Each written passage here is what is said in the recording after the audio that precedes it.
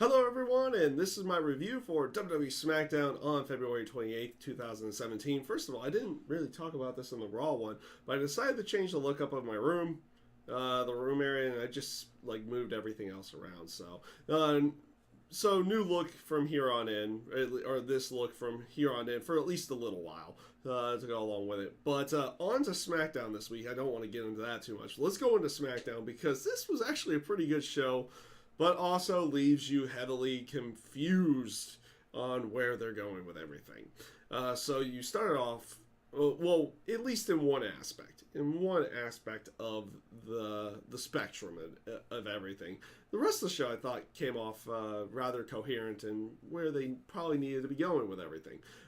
Miz TV, they start off with Miz TV. Cena's the guest. This is nothing more to say, but a great promo. Great promo both sides here. I love the aspect of basically Miz cuts that promo that everyone cuts on Cena, but Cena decides to go in a completely different route with his comeback this time. It's like, yeah, it was one of those moments like, yeah, okay, now I'm just gonna.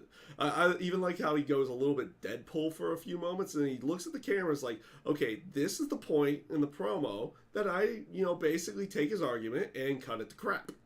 And he basically runs it down throughout the entire aspect of it, even going to the aspect of how much Miz had stolen from other people to get to where he was. Like he makes mention to.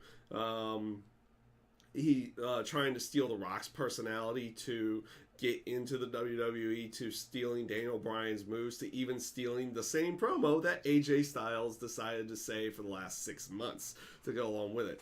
I thought this was just an overall great promo, and it set up everything pretty well for where they're going with, and the going with Cena, Miz, and Maurice and Nikki Bella to go along with going into WrestleMania, because Maurice cuts a promo on Cena, calling him like egomaniacal, even gets a whole aspect that he probably has a small, package, aka small downstairs because of his big ego. And then eventually he's like, you're all about respect? Well, respect this, smacks him across the face, and it's like, Cena's like, it's like, I want to attack Miz, and it's like, you know what, Maurice? You just made the biggest mistake of your life. Nikki Bella comes out and basically just gives off one line. It's like, you guys are messing with him, I'm going to break you. And adds a little colorful word to go along with it, there. I thought this segment was great. I liked it. It does eventually lead to a backstage segment later on the night with Cena and Nikki Bella. They're about to give an interview. They get interrupted by James Ellsworth and Carmella, which eventually leads into a mixed tag match now. Cena and Nikki Bella going up against Carmella and James Ellsworth for next week. And like I said, it came off rather well. What else can you really say here? It came off rather well, and it's setting up things for the whole mixed tag match that most people were wondering if they were going to go along with and everything. We're going to go along with, or they were going to do some kind of one-on-one match with Cena at WrestleMania, but it looks like they're going with the mixed tag for WrestleMania with Cena, Nikki Bella, Miz, and Maurice. Also, I like the aspect that he pulled Miz during the promo says like, you pull the strings around here and everything like that, and Cena's rebuttal was like, dude, if I was pulling the strings backstage, I wouldn't be here with you. I would be face to face with the Undertaker right now. I like that one. I like that line, and even like just teasing it to the crowd a little bit is like, do you guys like that one? And like, of course, the crowd was liking that one. Up next was Becky Lynch going up against Mickie James in what was a 2 out of 3 falls match. This is a pretty good match. This is a pretty good 2 out of 3 falls match.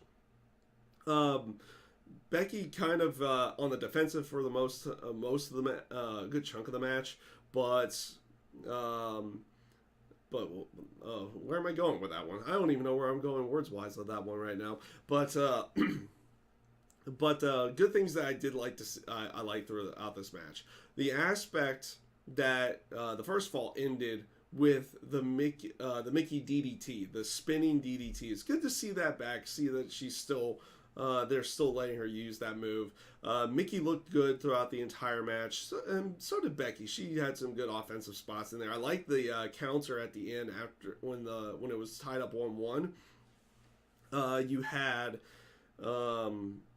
Mickie or Alexa basically distract the referee and Becky Lynch, but they try to. Mickie tries to take advantage, knocks off Alexa Bliss, and eventually leads into a roll up, but gets countered into the disarmor to finish off the match. I thought it was a good way of ending the match, and I thought it was an overall pretty good match to go along with that. It was good to see a 2 out of 3 falls one, though I wish they would save those 2 out of 3 falls matches for like pay-per-views or something like that, and instead of just kind of random Smackdown out of nowhere. Like there was no full-on announcement for this either. It's just like it's Becky Lynch versus Mickie James, and it's 2 out of 3 falls.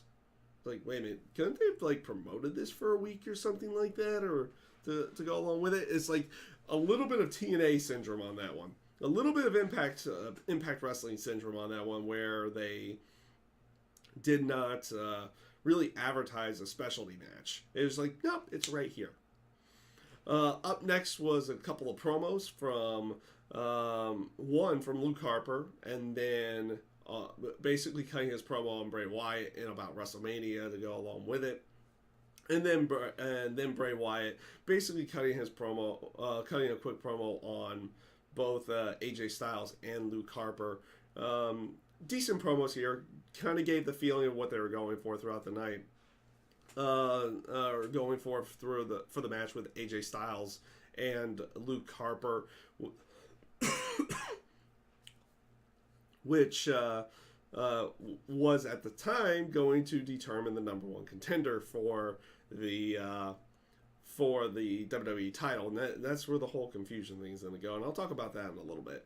You also had a promo from Alexa Bliss, which she's pretty good. Like the stuff that they did with the whole Oscar mess up at the end of the Oscars with the New Day from the day before, she was there kind of like giving almost like an acceptance speech, an Oscars acceptance speech. And I thought this promo came off rather well for something that would come from Alexa Bliss to go along with it. Like just the way she like handles herself and everything on the microphone came off rather well here. She gets interrupted by Natalya, and basically they're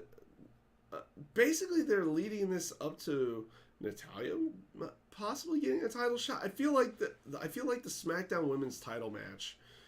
Actually, I feel like both women's title matches on WrestleMania are probably going to be some multi-woman matches.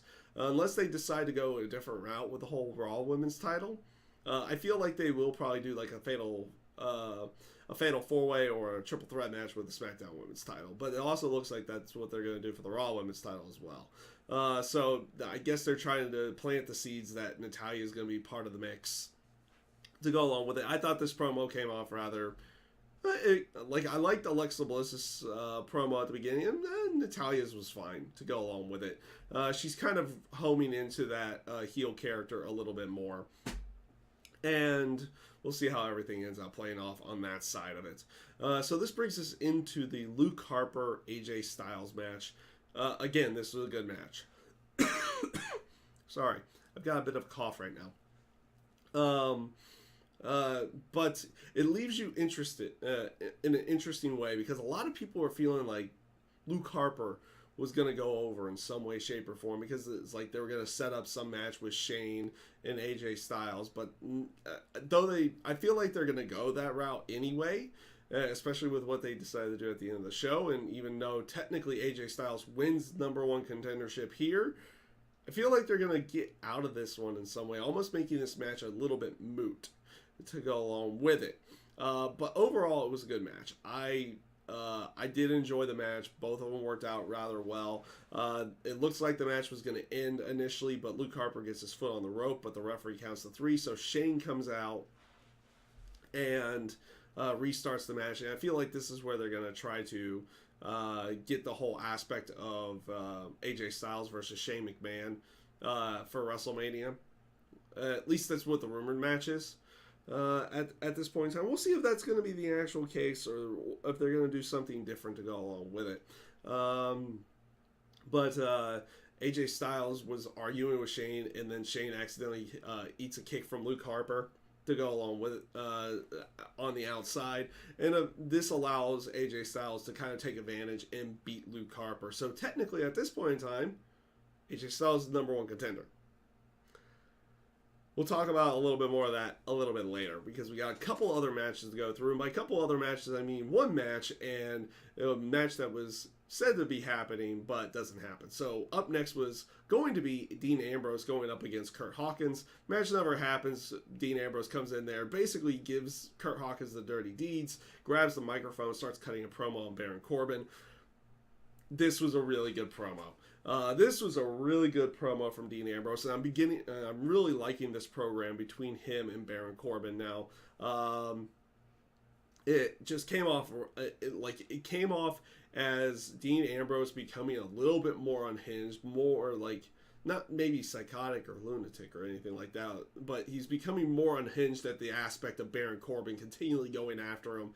And now he wants to just fight Baron Corbin, which of course Baron Corbin just cuts a promo from the back and doesn't just to anger Dean Ambrose a little bit more to go along with it. So I'm now really liking this promo back and forth between Baron Corbin and Dean Ambrose to go to continue on with their feud, not necessarily just here comes another attack again type thing. No, it's just kind of a war of words. Dean Ambrose's promo was really good. Baron Corbin is coming off a little bit better on the microphone in the terms of the TV time. He's always been a lot better on talking smack than he has been on TV, but he's coming off a little bit better on TV now. Up next was Dolph Ziggler going up against Apollo Crews and the ever exciting chairs match. Man, in the terms of matches, SmackDown has the Impact Syndrome tonight. It's like you have a chairs match and you have a 2 out of 3 falls match, and you don't bother to advertise them for like a week ahead of time. It's like, no, they're just here. They're just here. Just go off the story. Just go off the story, go along with it. It's like you could get a little advertising time in there. I mean, don't get me wrong. This chairs match was kind of meh. Then again, after the one that Kalisto and Baron Corbin put together back in TLC last year, which was probably the best chairs match that the company had ever done. Yeah, this match was kind of just meh. It was not that good of a match. This was probably the biggest down point of the night. Was this particular chairs match? But then again, it is hard to make a chairs match look good.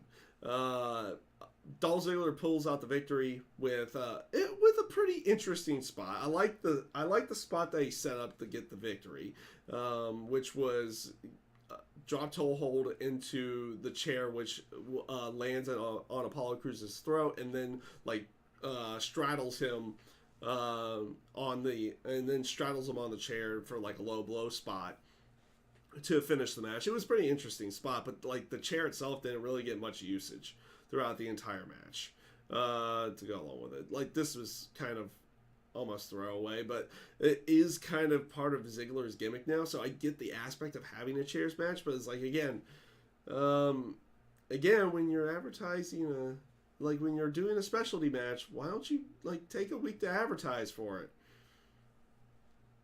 Get people to try to care. It's like, nope, here's a chairs match for you. Here's a 2 out of 3 falls. Here you go.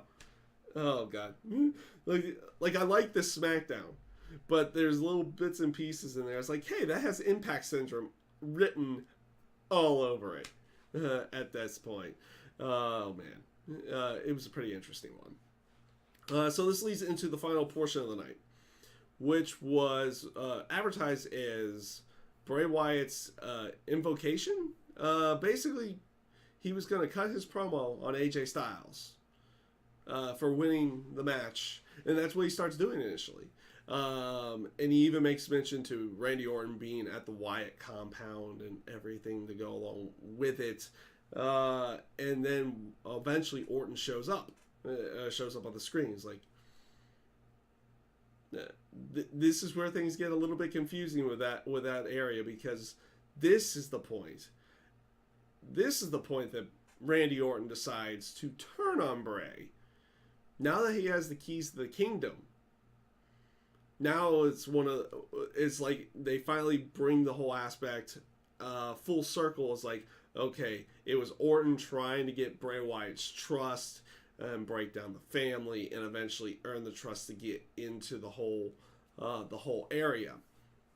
And I like the promo that he cuts here. Is like the whole aspect of it is like, at one point it even brings up to the whole aspect of the past, like, you know, one time I said, if you can't beat them, join them, type of feel. But it was like also saying that, you know, the Wyatt family thing was never him. It was he was just playing along with everything, going along with it. It even goes full on that he's in the cabin, like where Sister Abigail was buried and everything in that sense, and that he was gonna burn her soul and basically send Bray Wyatt into like a frenzy to go along with it, which is what he eventually does. And it took him they kept the whole aspect of him dousing that cabin with gasoline for a good chunk of time, and eventually leading him to the outside where he lights the entire cabin on fire. And what does Bray Wyatt do? He goes absolutely nuts. I like the aspect of Bray Wyatt going absolutely nuts here.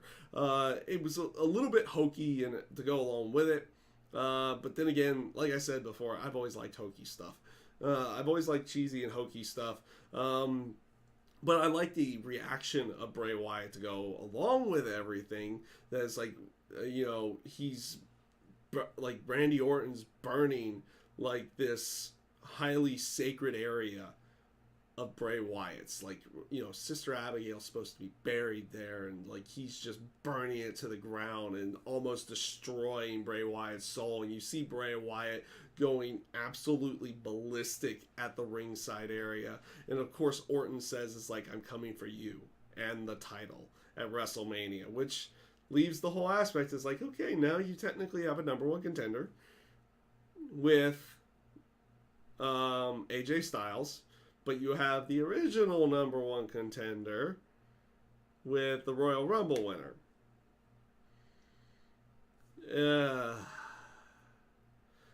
Feels like they kind of written themselves into like a weird storyline there. And I feel like it's going to lead to them. It's like, technical terms, you make a triple threat. But also, I feel like it's going to lead to them making like a one-on-one match with Randy Orton and AJ Styles.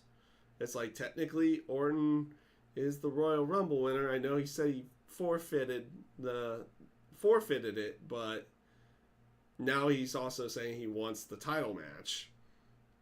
But AJ Styles also won number one contendership. So it feels like they're going to go on an aspect of a one-on-one match or something like that to determine it, where Randy Orton does win. Probably setting up Shane McMahon and AJ Styles, and also setting up Bray Wyatt and Randy Orton for WrestleMania. Overall this week, I enjoyed this week's SmackDown. Like the whole aspect of where they've been going with Randy Orton and Bray Wyatt. Like it's been really good. They've been throwing little twists and turns, like, okay, he's gonna turn here, but no, we're gonna do it right here now. And it still made sense to do it. Like, Orton waited till he quote unquote had the full trust of Bray Wyatt to turn on Bray Wyatt to go along with it.